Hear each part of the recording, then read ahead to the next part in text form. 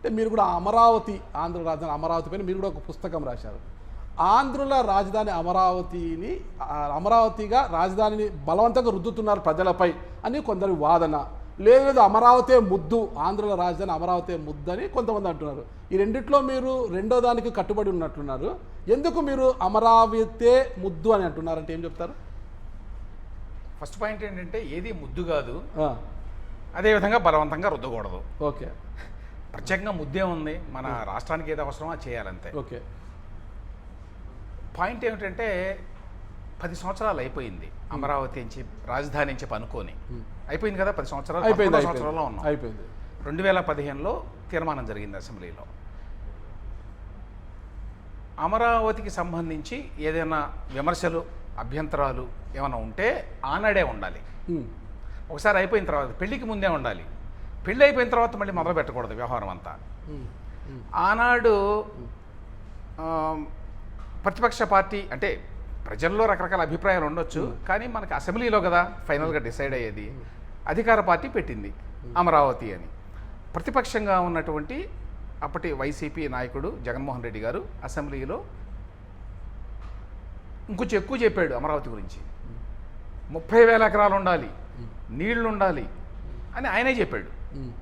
రాష్ట్రానికి మధ్యలో ఉండాలి, ఇట్లాంటివన్నీ కూడా. ఆనాడు కనుక ఇది కరెక్ట్ కాదు, దీనికి మాకున్న అభ్యంతరాలు ఇవి అని ఒక డిబేట్ని కనుక లేవదీసుంటే అది జస్టిఫైడ్. ఇవాళ 10 సంవత్సరాల తర్వాత, అనేక అవాంతరాల తర్వాత, పార్లమెంట్లో చట్టం కూడా చేసిన తర్వాత, అమరావతిలో 50,000 కోట్ల రూపాయల అప్పులు తీసుకొచ్చి నిర్మాణాలు సాగుతున్న వేళ,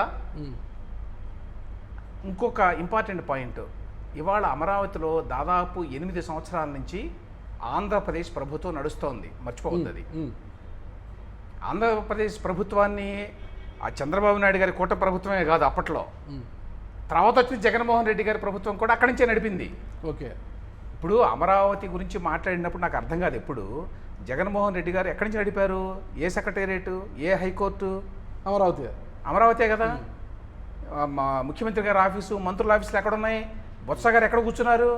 ఎక్కడ క్యాబినెట్ మీటింగ్లు పెట్టారు? అక్కడ అన్నీ ఉన్నాయి, నడుస్తోంది అప్పటి నుంచి.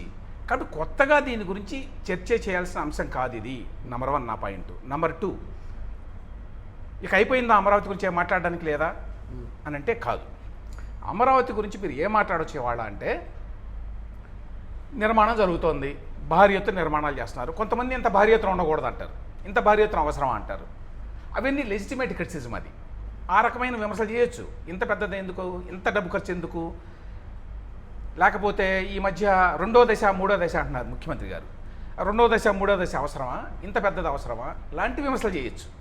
లేకపోతే ఇంకొక విమర్శ విన్నా చాలాసార్లు, అదేంటి, అక్కడ కాంట్రాక్టర్లు దోచిపెడుతున్నారు, లేకపోతే అధికార పార్టీ వాళ్ళు దోచుకుంటున్నారు ఈ పేరుతోటి. ఎందుకంటే స్క్వేర్ ఫీట్ ఎంత రేటు, అంత రేటు. 3-4 సంబంధించి పూర్తి వివరాలు లేవు, కానీ మొత్తానికి విమర్శలు అయితే ఉన్నాయి. ఓకే కదా. ఆ రకమైన విమర్శలు సహేతుకం.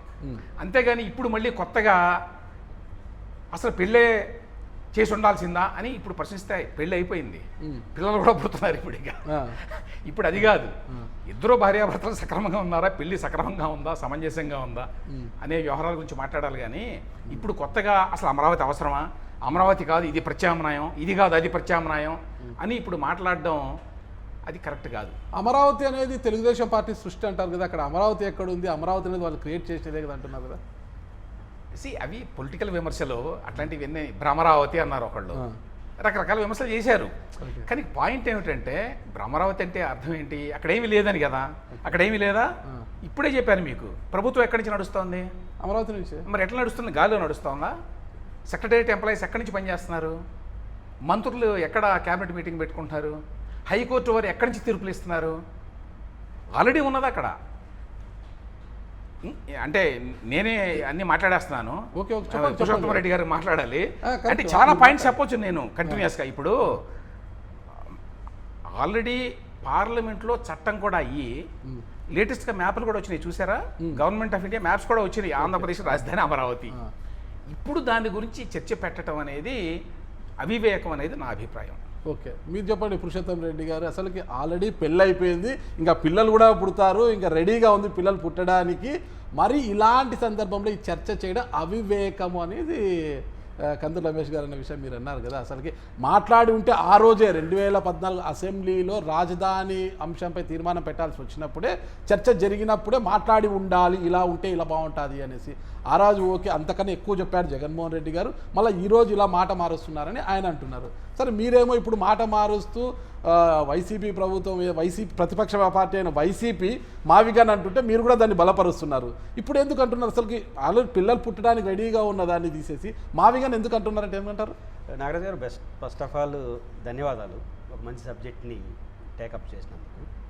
దాదాపు రమేష్ గారు చెప్పిన దాంట్లో 90% వాళ్ళకి అనుకూలంగానే నేను ఉన్నా. వారు ఏం మాట్లాడమంటున్నారు అవే మాట్లాడుతున్నాను. ఓకే, ఎవరు మాట్లాడమంటున్నారు? రమేష్ గారు ఏవైతే ఇప్పుడు చర్చనీయాంశం అంటున్నారో అదే చర్చనీయాంశం నాలాంటి వాళ్ళు చేస్తున్నారు. రైట్. రమేష్ గారు చెప్పే దాంట్లో చాలా వరకు వైసీపీ సమాధానం చెప్పాలి. ఓకే, గతంలో ఏం మాట్లాడినారు, ఇప్పుడు ఏం మాట్లాడినారు, అది పార్టీగా వైసీపీ స్టాండ్ని క్వశ్చన్ చేయొచ్చు, వాళ్ళు సమాధానం చెప్పాలి. ఓకే, నేను మాట్లాడుతున్నది మాత్రం వారు చెప్పిన మాటలే. ఓకే, ఇప్పుడు నేను మొన్న మీడియా సమావేశంలో కూడా ఫస్ట్ నా వర్డ్ చేసిన మాట ఏంటంటే, మేము 2014-19 మధ్య రాజధాని ఎక్కడ ఉండాలనే చర్చ శివరామకృష్ణన్ కమిటీ రాష్ట్ర వ్యాప్తంగా తిరిగింది. అవును, ప్రభుత్వం చర్చ పెట్టింది. ఆ రోజు రాయలసీమలో రాజధాని కావాలని గట్టిగా మాట్లాడిన వాళ్ళు నేను ఒకటి. అది మా హక్కు, మా బాధ్యత. ఎందుకంటే రాజధాని ఎక్కడ ఉండాలని చర్చ పెట్టినప్పుడు మాకు కావాల్సిన అభిప్రాయం చెప్పాం. మీకు తెలుసు, గతంలో 3 years పాటు కర్నూలులో రాజధాని ఉండింది. కాబట్టి దాంతోపాటు శ్రీకృష్ణ కమిటీ విభజన సమయంలో వేసిన అంచనాల్లో రాయలసీమలో చెప్పుకోవడానికి ఒక నగరం లేదు, అన్ని గ్రామీణ వాతావరణం దాటిన పట్టణాలే, ఇంక్లూడింగ్ నేనున్న తిరుపతి ప్రపంచ ఆధ్యాత్మిక క్షేత్రం, ఈడ్చుకొడితే మున్సిపాలిటీ కన్నా ఎక్కువ లేదు. ఒక డబుల్ డక్కర్ బస్సు ఒకటి తీసుకొచ్చారు వైసీపీ గవర్నమెంట్. దాన్ని తిప్పేదానికి రోడ్లు లేవు. డబుల్ డక్కర్ బస్సు తిప్పేదానికి తిరుపతి, అలాంటి నగరంలో తిరుగుతున్నాం. ది బెస్ట్ నగరం. ఇరుకు రోడ్లు ఉన్నాయి, ఇరుగ్గా, ఇంకా దాన్ని ఇంకేరే పదాలను వాడచ్చు. డబుల్ డక్కలు తిరగడానికి వీళ్ళే నగరం మా రాయలసీమలోనే పెద్ద నగరం. కాబట్టి కొత్త నగరం, కొత్త రాజధాని ఒకప్పుడు కోల్పోయింది. కాబట్టి చర్చనీయాంశం పెట్టినప్పుడు మాకు కావాలని అడిగిన మాట వాస్తవం. ఆ రోజు మాటే. జగన్ గారు ఆ రోజు అడగల రాజధాని రాయలసీమ కావాలని. ఒక రకంగా అమరావతిలో పెట్టుకోమన్నారు, 33 ఎకరాలు విజయవాడ చుట్టూ. ఆ చర్చ వారు చెప్పిన దాంట్లో వాస్తవం. మేము అట్లా అనలేదు. కాబట్టి ఆ రోజు మేము పర్ఫెక్ట్గా మాట్లాడాం. జగన్ గారు ఉన్నప్పుడు అదే మాట, ఇప్పుడు కూడా అదే మాట్లాడు. ఇప్పుడు నేను చర్చనీయాంశం చేసిన ఫస్ట్ పాయింట్, నేను తిరుపతి ప్రెస్ మీట్లో మేము రాజధాని కావాలని కోరుకున్న మాట నిజం. ఇప్పుడు అమరావతి రాజధానిగా గెజిట్ అయిన నేపథ్యంలో 12 సంవత్సరాలు అయిపోతుంది రాష్ట్రం ఏర్పడి. రాజధాని ఎక్కడ ఉండాలి అనే చర్చ ఇంకా ముగిసిన అధ్యాయం. ఓకే, ఇది రాయలసీమ ప్రజల తరపున చెప్పట్లా, ఏదో రాయలసీమ ఇంటలెక్చువల్ ఫోరంగానే చెప్తాం. మళ్ళీ ఓడి చెప్పడానికని రాయలసీమలు చాలా మంది అనొచ్చు, నాలాగా పనిచేస్తున్నారు.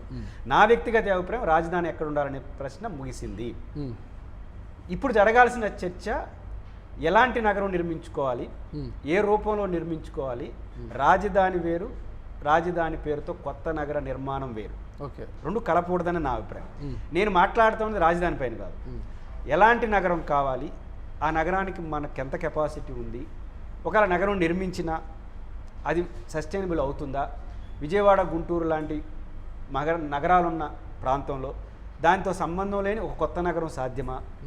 దానికి మూలం నాకున్న పరిమిత జ్ఞానంతో ఆంధ్రప్రదేశ్, భారతదేశంలో చండీగఢ్, నయా రాయ్పూర్, నోయిడా, లవాసా, దాంతోపాటు నేనున్న తిరుపతి నుంచి పర్ డే కడపలో ఉద్యోగం చేసే వాళ్ళు 500 మంది తిరుపతిలోనే ఉంటారు. కడప ఒక జిల్లా హెడ్ క్వార్టర్. కడపలో ఉన్న జిల్లా హెడ్ క్వార్టర్లో ఉద్యోగం చేస్తా తిరుపతిలో ఉంటారు. తెల్లారితో తిరుమల ఎక్స్ప్రెస్ ఎక్కుతారు, సాయంత్రం తిరుమల ఎక్స్ప్రెస్ వచ్చేస్తారు. ఇక్కడ నాకు దోచరించిందంటే తిరుపతికి అలవాటు పడినోడు కడపలో ఉండడానికి ఇష్టపడట్లేదు. తిరుపతిలో 2000 మంది ప్రభుత్వ టీచర్లు ఉన్నారు. అంటే ఎక్కడెక్కడి నుంచి పనిచేస్తారో ఊహించుకోండి. తిరుపతిలో 2000 మంది ఉన్నారా?